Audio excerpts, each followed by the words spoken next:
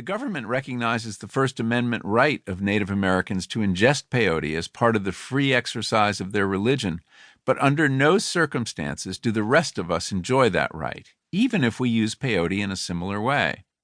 So here is a case where it is the identity of the user rather than the drug that changes its legal status. Nothing about drugs is straightforward. But it's not quite true that our plant taboos are entirely arbitrary. As these examples suggest, societies condone the mind-changing drugs that help uphold society's rule and ban the ones that are seen to undermine it. That's why in a society's choice of psychoactive substances, we can read a great deal about both its fears and its desires. Ever since I took up gardening as a teenager and attempted to grow cannabis, I have been fascinated by our attraction to these powerful plants, as well as by the equally powerful taboos and fraught feelings with which we surround them. I've come to appreciate that when we take these plants into our bodies and let them change our minds, we are engaging with nature in one of the most profound ways possible. There is scarcely a culture on Earth that hasn't discovered in its environment at least one such plant or fungus, and in most cases a whole suite of them, that alters consciousness in one of a variety of ways. Through what was surely a long and perilous trial and error, humans have identified plants that lift the burden of physical pain, render us more alert or capable of uncommon feats, make us more sociable, elicit feelings of awe or ecstasy, nourish our imagination, transcend space and time, occasion dreams and visions and mystical experiences, and bring us into the presence of our ancestors or gods. Evidently, normal, everyday consciousness is not enough for us humans. We seek to vary, intensify, and sometimes transcend it, and we have identified a whole collection of molecules in nature that allow us to do that. This Is Your Mind on Plants is a personal inquiry into three of those molecules and the remarkable plants that produce them: the morphine in the opium poppy, the caffeine in coffee and tea, and the mescaline produced by the peyote and San Pedro cactus. The second of these molecules is legal everywhere today.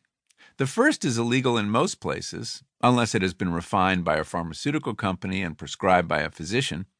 And the third is illegal in the United States unless you are a member of a Native American tribe. Each represents one of the three broad categories of psychoactive compounds: the downer, opium, the upper, caffeine, and what I think of as the outer, mescaline. Or, to put it a bit more scientifically, I profile here a sedative, a stimulant, and a hallucinogen. Taken together, these three plant drugs cover much of the spectrum of the human experience of psychoactive substances, from the everyday use of caffeine, the most popular psychoactive drug on the planet, to the ceremonial use of mescaline by indigenous peoples, to the age-old use of opiates to relieve pain. That particular chapter is set during the drug war, at a topsy-turvy moment when the government was paying more attention to a bunch of gardeners growing poppies in order to brew a mild narcotic tea than it did to a pharmaceutical company that was knowingly addicting millions of Americans to its FDA-approved opiate, OxyContin. I was one of those gardeners. I tell each of these stories from multiple perspectives and through a variety of lenses: historical, anthropological, biochemical, botanical, and personal.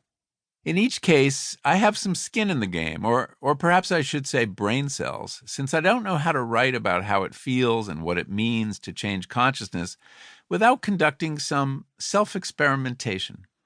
Though in the case of caffeine, self-experimentation meant abstaining from it rather than partaking, which proved much harder to do. One of these chapters consists of an essay I wrote 25 years ago when the drug war was raging, and it bears the scars of that period of fear and paranoia. But the other stories have been inflected by the fading of that war, the end of which now appears in sight. In the 2020 election, Oregonians voted to decriminalize the possession of all drugs, and specifically to legalize therapy using psilocybin. A ballot measure passed in Washington, D.C. calls for the decriminalization of, quote, entheogenic plants and fungi, end quote. Entheogen is from the Greek for manifest.